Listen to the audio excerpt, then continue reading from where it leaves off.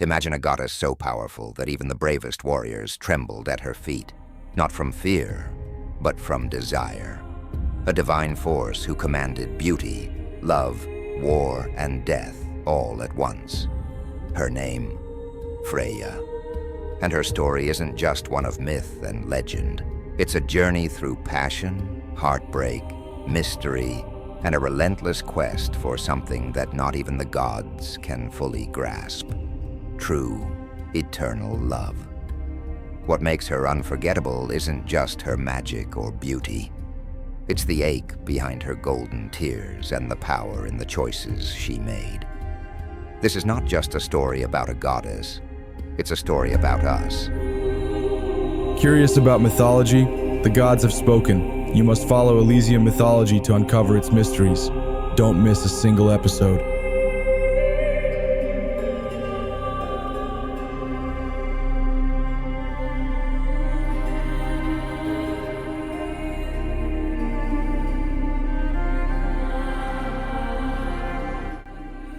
Freyja, daughter of Njord and sister of Freyr, is a central figure in Norse mythology. Unlike many of the gods who belonged to the Aesir clan, like Odin and Thor, Freyja came from the Vanir, a group associated with nature, fertility, and magic. When the Aesir and Vanir clashed in a great war, Freyja was one of the peace offerings. But this wasn't a surrender. It was an introduction. She entered Asgard not as a stranger, but as a queen in her own right. With her came gifts, magic, beauty, wisdom, and a boldness that neither frightened nor flattered. It challenged. Freyja didn't ask for space. She claimed it. With her golden hair and commanding gaze, she quickly became the most desired among the gods. Her presence was intoxicating, and yet, there was always a hint of sadness behind her smile. A story untold. A name often whispered but never fully known. Othar. Let's talk about Brisingamen, the most exquisite necklace ever crafted. This was no ordinary jewel. Made by 4 dwarves, each a master of their art, it shimmered with a light that seemed to pulse with its own heartbeat. When Freyja laid eyes on it, she was overcome, not with greed, but with awe. She had to have it, not for vanity, but because something in it spoke to her soul. The dwarves didn't want gold or silver in return. They wanted something far more intimate, a night with each of them. 4 nights, 4 dwarves, 4 bargains, and Freyja said yes. It wasn't a transaction born of desperation. It was a choice. She knew what the necklace represented: beauty, strength, allure, and she was willing to own it fully. When Odin found out, he judged her harshly, not for the act itself, but for daring to control her own sexuality and destiny. But Freyja wore the Brisingamen proudly. She had paid the price with her body, yes, but not with her dignity. In a world where even gods were bound by rules, Freyja bent them all without ever breaking. But behind every flame of power burns a shadow of longing. Freyja was married to Odr, a mysterious god with little said about him in the old texts. Some say he was a part of Odin, a reflection or fragment. Others claim he was banished, or that he left of his own accord, unable to withstand the weight of Freyja's light. Regardless of the reason, Odr vanished. Freyja's reaction was not rage. It was grief, deep, all-consuming grief. She wept golden tears, each one falling to earth and turning into amber. These were not the tears of a goddess. They were the tears of a woman who had lost her other half. And she didn't just cry, she searched. Across the 9 realms, from the icy peaks of Jotunheim to the shadowed lands of the dead, Freyja wandered. She donned her falcon feather cloak, flying across the winds like a bird driven by memory. She asked the gods, the giants, even the spirits of hell, but no one knew where Odr had gone. To this day, she still searches. Freyja was also the first practitioner of seiðr, a form of magic that allowed the user to alter fate and see the threads of destiny. It was dangerous, powerful, and deeply tied to emotions.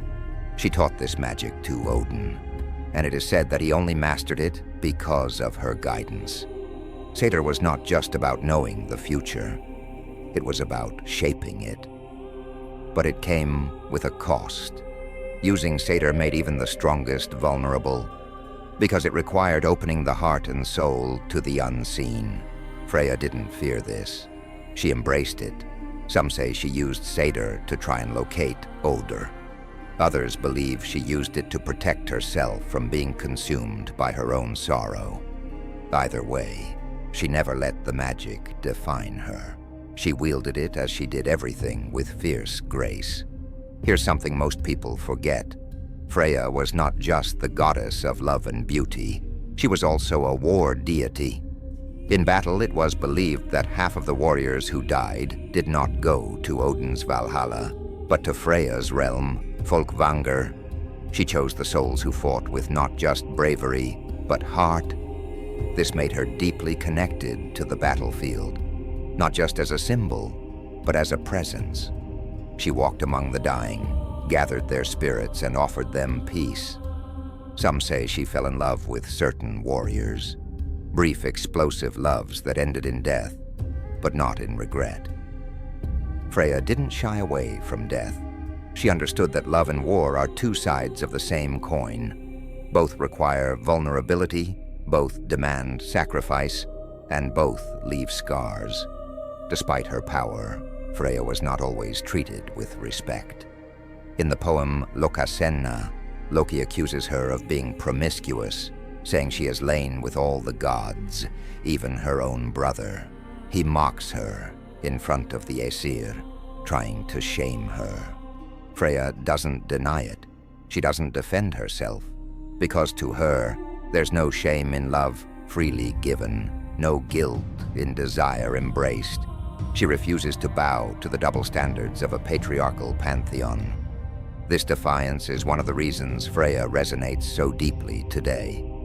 She represents a kind of freedom that is still rare, the right to be whole, flawed, passionate, and unapologetically powerful. Freyja's story isn't just an ancient myth, it's a living echo.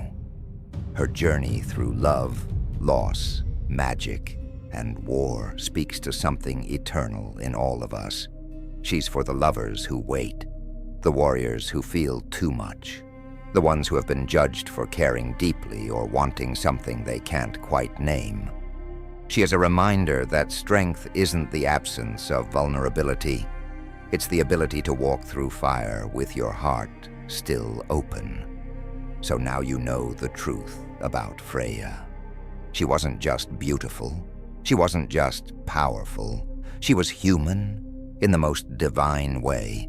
She dared to love without conditions, to choose herself over judgment, to keep seeking even when all hope seemed lost. And maybe that's the point. Maybe we're all just gods and goddesses, trying to find the thing that makes our hearts beat louder than the silence. If Freyja's story touched something in you, stay with us. There are more legends to tell, more truths hidden in myth, and maybe somewhere in those stories, we find ourselves again.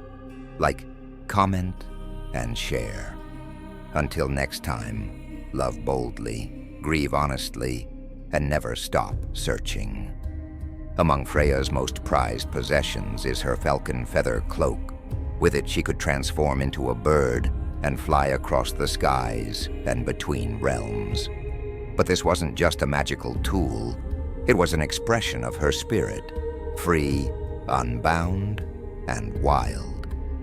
The cloak became part of her identity, especially after Odr's disappearance.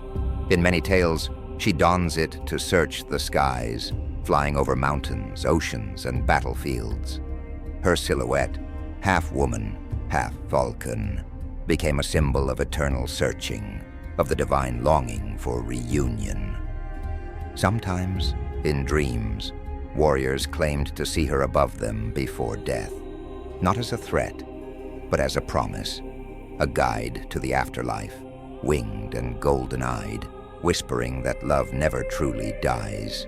Freyja's beauty was so renowned that even the giants, enemies of the gods, desired her. In one famous tale, a giant agrees to build the gods a mighty wall around Asgard, but only if he could take Freyja as payment. The gods, believing the task impossible to complete in time, agreed. But when the wall neared completion, they panicked. They had underestimated both the giant's skill and his passion for Freyja. They deceived him in the end, using Loki to sabotage the deal. But what this story reveals is how Freyja was treated as a prize, something to be traded, desired, fought over. Yet in the myths, she never acts like a victim. She stands tall, indifferent to those who see her as a trophy, because Freyja was never anyone's reward.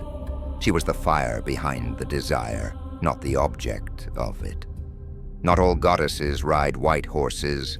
Freyja had a chariot pulled by two massive cats, creatures both graceful and fierce. These weren't house pets. They were symbols of her unique kind of strength, soft, quiet, dangerous. The image of her soaring across the sky, cloak billowing, chariot wheels blazing, and two wild cats leading the way. It's unforgettable. It tells us that love can be wild, that femininity isn't weak, and that tenderness and power can and should coexist. Over centuries, Freyja's image changed, adapted, evolved. In some cultures, she was softened into a goddess of marriage and home. In others, she remained the fierce lover, the warrior witch, the untamed goddess who couldn't be defined by one title. But always, love remained at the center of her story. Not just romantic love, but the love of freedom, self, power, and choice. Amber, the fossilized golden resin often found in northern Europe, was believed to be her tears. And perhaps they are. Perhaps every time we feel heartbreak and survive it, a part of Freyja awakens in us. Now here's where this story becomes personal. Because Freyja is not just a mythological figure, she's an archetype, a part of the human psyche that refuses to be silenced. She's in every person who has ever longed for someone who left.